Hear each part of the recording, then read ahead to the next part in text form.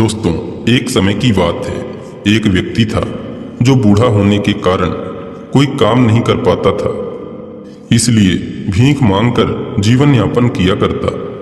न जाने उसके कौन से कर्म का फल उसे प्राप्त हो रहा था, जिसकी वजह से उसे घर घर घूमकर भीख मांगना पड़ रहा था। वह भिखारी प्रतिदिन एक दरवाजे पर जाता और भीख मांगने के लिए आवाज लगाता। घर का मालिक घर के बाहर आता और उस भिखारी को देखकर गालियां देने लगता और कभी कभी तो धक्का मारकर भगा देता। लेकिन वह भिखारी सिर्फ एक ही बात कहता, ईश्वर तुम्हारे पापों को क्षमा करें।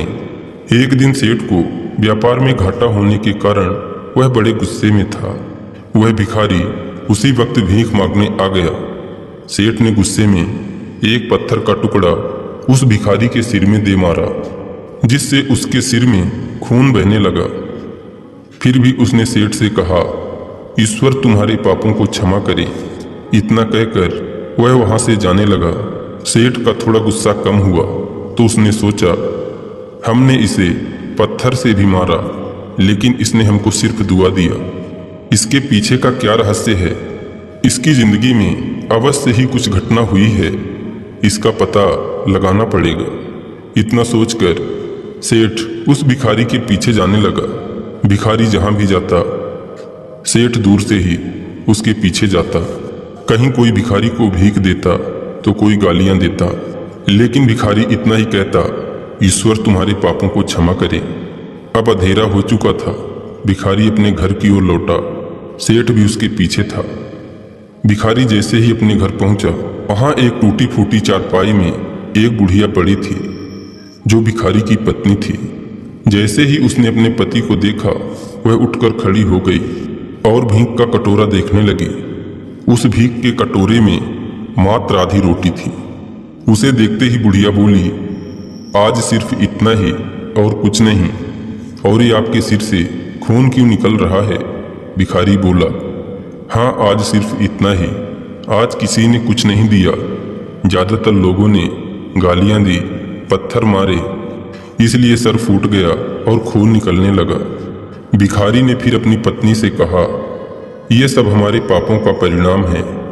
तुम्हें याद है ना, हम कुछ वर्ष पहले कितना अमीर हुआ करते थे। सब कुछ तो था हमारे पास, पर हमने कभी दान नहीं किया। याद है ना तुम्हें? वो अंधा भिखारी।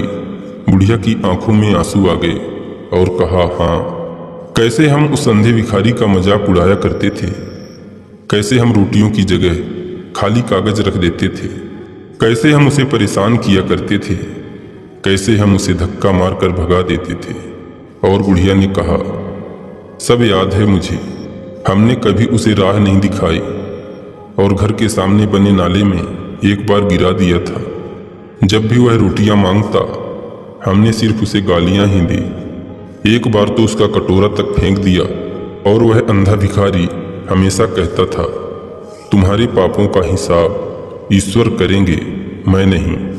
आज उस अंधे भिखारी की बद्दुआ ने हमें ले डूबी। तब भिखारी ने कहा, लेकिन मैं किसी को बद्दुआ नहीं देता, चाहे मेरे साथ कितना ज्यादा भी अत्याचार क्यों ना हो जाए। मेरे शब्दों में हमेशा दुआ ही रहती है।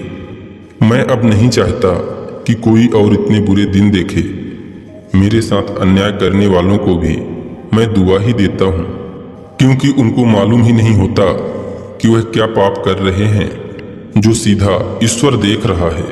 जो दिन हमने देखे हैं वो कोई और न देखे, इसलिए मेरे दिल से केवल दुआ ही निकलती है। सेठ यह सारी बातें छुप कर सुन रहा था। उसे अब सारी बातें समझ आ गई। भिखारी और उसकी पत्नी दोनों ने मिलकर उस रोटी को खाया और प्रभु की महिमा है, इतना कहकर सो गए। अगले दिन वह भिखारी पुनः सेठ के यहाँ भीख मांगने गया। सेठ ने पहले से ही रोटियां निकाल रखी थी, जो उसने भिखारी को दे दिए और हल्की सी मुस्कान के साथ भिखारी से कहा, माफ करना बाबा, मुझसे गलती हो गई। भिखारी ने कहा, ईश्वर तुम्हारा भला करे, और वह वहां से चला गया। सेठ को यह बात समझ आ गई थी कि इंसान सिर्फ दुआ और बद्दुआ ही देता है, परंतु पूरा तो वही भगवान ही करते हैं। दोस्तों, इस कहानी के माध्यम से हमें पता चलता है कि किस प्रकार से हमारे कर्मों का फल हमें प्राप्त होता है। इसीलिए दोस्तों, सदैव अच्छे कर्म करो, किसी के साथ बुरा मत करो।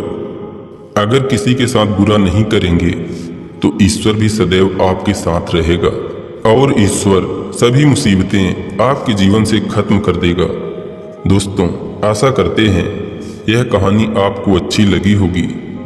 इसी तरह ज्ञानवर्धक एवं पौराणिक कथा कहानियों को सुनने के लिए ज्ञान सारांश YouTube चैनल से जुड़े रहें एवं चैनल में यदि पहली बार आए हैं तो कृपया चैनल को सब्सक्राइब कर लीजिए एवं कमेंट में लिख दीजिए। चैनल को सब्सक्राइब जरूर कर लें, साथ ही इस घंटे का बटन भी